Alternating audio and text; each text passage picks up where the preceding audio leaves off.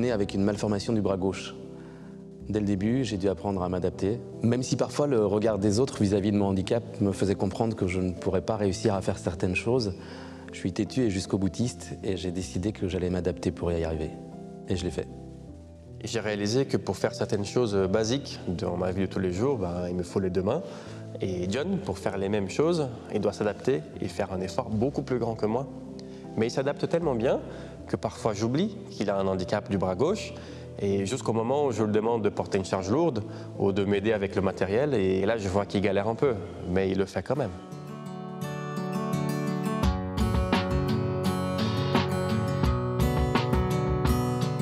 On part à la rencontre d'autres personnes pour découvrir leur histoire de vie, leur handicap et leur force d'adaptation. Toutes ces histoires nous inspirent et changent notre regard sur les personnes en situation de handicap et sur leur famille et leur entourage. Finalement, dans cette aventure, et comme à l'accoutumée, j'ai plongé la tête la première vers un voyage qui me permettait de me découvrir un peu moi-même et peut-être même mon propre handicap.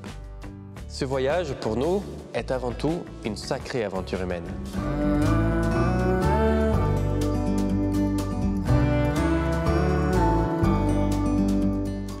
On dit souvent qu'on réalise qu'on fait un documentaire. Mais j'ai de plus en plus l'impression que c'est peut-être le documentaire qui est en train de nous faire.